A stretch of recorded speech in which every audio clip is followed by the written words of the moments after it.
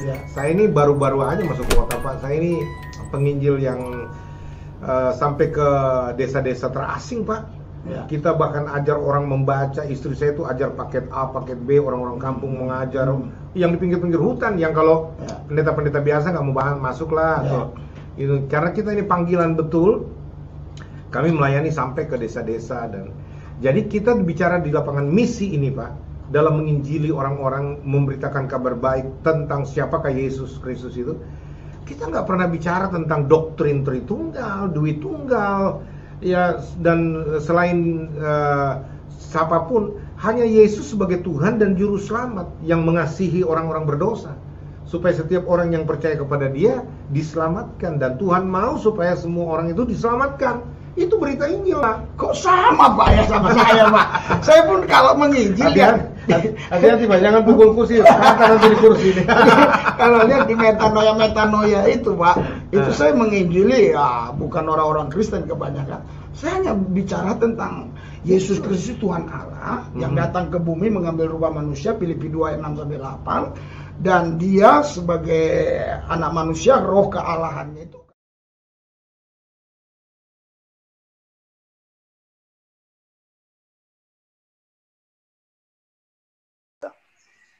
Tapi mungkin ada sebuah argumentasi dari pihak UANAS ini yang perlu kita jawab juga.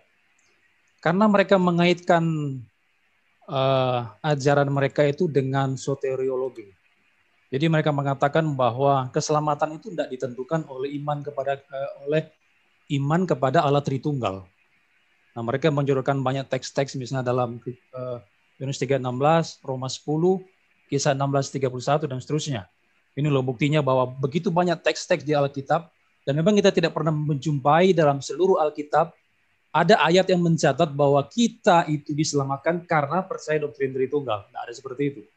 Nah, makanya itu pendeta Risuli Lubis katanya waktu dia ngomong sama Joshua Tewu, dia kalau ke kampung-kampung, ke pedalaman, dia cuma mengabarkan Injil, Yesus Kristus, kabar baik itu. Tidak pernah dia mengajarkan Allah Tritunggal. Nah, bagaimana Pak Deki menghadapi pernyataan dari kelompok UANAS ini, dan bagaimana sebetulnya nasib final mereka, para penganut UANAS ini ketika mereka mati? Apakah mereka memang bisa bersama Tuhan seterusnya kekal selamanya, atau mereka akan dicampakkan di neraka? Mungkin itu dulu Pak Diki. Baik, saya jawab dulu supaya saya jangan lupa. Ya. Oke, jadi ada dua pertanyaan.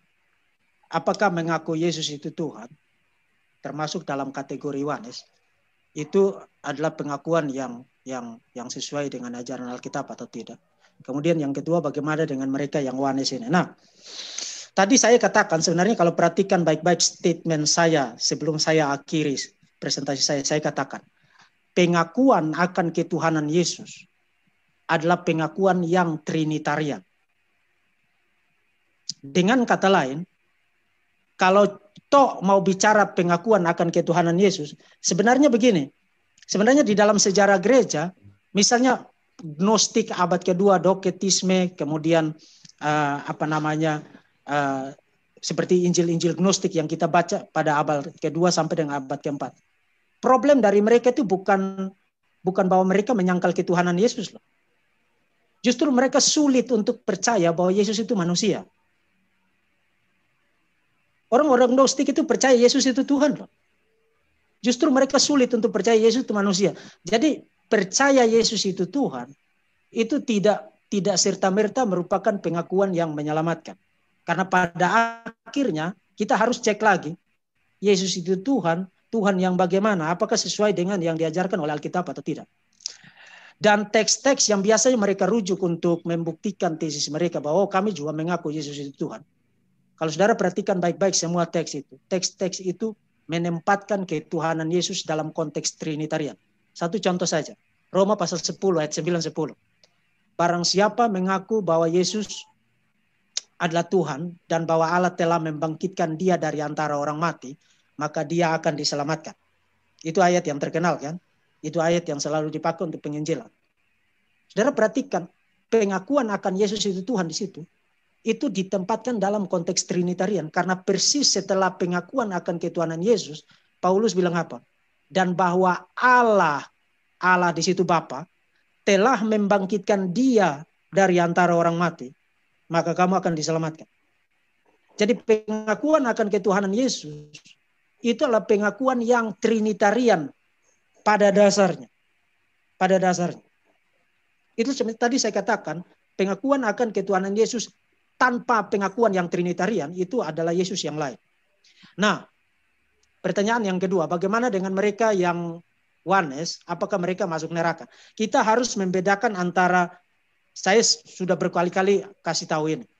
Kita harus membedakan antara teologi yang cukup untuk diselamatkan dan teologi yang komprehensif. Maksudnya bagaimana?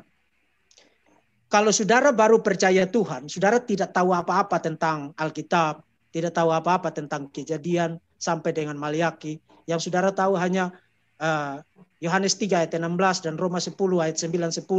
Kemudian saudara percaya Yesus itu Tuhan. Saudara tidak tahu tentang Bapa, tidak tahu tentang Roh Kudus.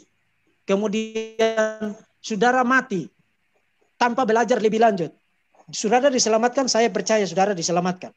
Seperti penjahat yang ada di samping Yesus. Digantung bersama-sama dengan Yesus.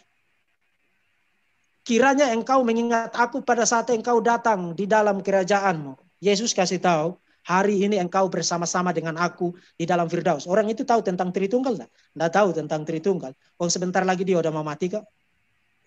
Tapi kalau saudara jadi Kristen, katanya percaya Tuhan, tapi ketika diajari dengan totalitas ajaran Alkitab, ternyata saudara lihat, oh Yesus ini bukan one man show, tapi ada Bapa yang mengutus dia, dan ada Roh Kudus yang menyertai dia, dan bahkan Roh Kudus bekerja untuk menyadarkan kita akan dosa-dosa kita sehingga kita diselamatkan, dilahir barukan, diselamatkan. Kita mulai melihat bahwa ada 3 pribadi yang berbeda bekerja secara menyatu untuk keselamatan kita. Nah, ketika kita diajarkan begini lalu kita menolak, saya justru percaya bahwa iman yang saudara bilang saudara beriman itu bukan iman yang sejati. Karena iman yang sejati itu pasti bukanlah iman yang menolak penyingkapan yang komprehensif mengenai Tuhan itu siapa. Sebab Yesus katakan, domba-dombaku mendengarkan suaraku. Suara Kristus ada di mana? Ada di dalam seluruh kitab suci. Nah, ketika totalitas ajaran kitab suci ini diajarkan lalu saya menolak, saya membuktikan diri saya tidak mendengarkan suara Kristus. Dan kalau saya tidak mendengarkan suara Kristus, saya bukan domba Kristus. Itu logiknya begitu. Jadi mengaku Yesus itu Tuhan itu tidak serta-merta membuat orang itu jadi Kristen. Gnostik percaya Yesus itu Tuhan. Doketisme percaya Yesus itu Tuhan. Arianisme percaya Yesus itu Tuhan. Mormonisme percaya Yesus itu Tuhan. Tapi apakah pengakuan mereka bahwa Yesus itu Tuhan menyelamatkan? Tidak. Karena pengakuan mereka Yesus itu Tuhan adalah pengakuan yang tidak sesuai dengan totalitas ajaran kitab suci. Jadi orang kalau menolak doktrin Tritunggal, bahkan mengajarkan doktrin yang lain sebagai oposisi dari doktrin Tritunggal, sambil tetap bilang, oh saya percaya Yesus Tuhan, saya percaya dia akan dibakar hidup-hidup di dalam neraka secara kekal. Dia bukan orang Kristen. Bedakan dengan orang yang tidak tahu apa-apa. Bedakan antara ignoransi dan penolakan. Itu 2 hal yang berbeda. Ketidaktahuan dan penolakan adalah 2 hal yang berbeda. Jadi kalau orang itu tidak tahu, itu adalah hal yang lain. Tapi kalau orang itu sudah dikasih tahu, diajarin tapi tetap menolak, itu adalah tanda paling pasti dia tidak pernah punya iman yang menyelamatkan. Tanda paling pasti.